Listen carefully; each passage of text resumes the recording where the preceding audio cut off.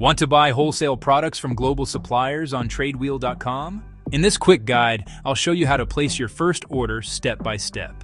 Step 1. Create an account. Visit Tradewheel.com and click Join Free.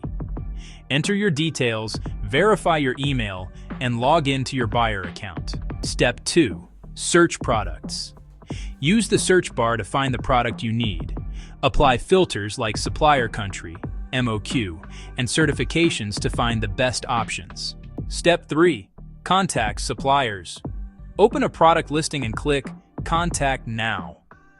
Send details like quantity, shipping destination, and custom requirements to get accurate quotations. Step 4. Compare and negotiate. Compare prices, shipping costs, and delivery times from multiple suppliers. For first-time orders, it's always smart to request a sample before buying in bulk. Step 5. Place your order.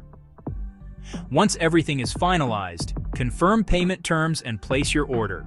Stay connected with the supplier for shipping updates and tracking details. And that's how you place your first order on Tradewheel.com. Don't forget to like, subscribe, and comment for more B2B sourcing tips.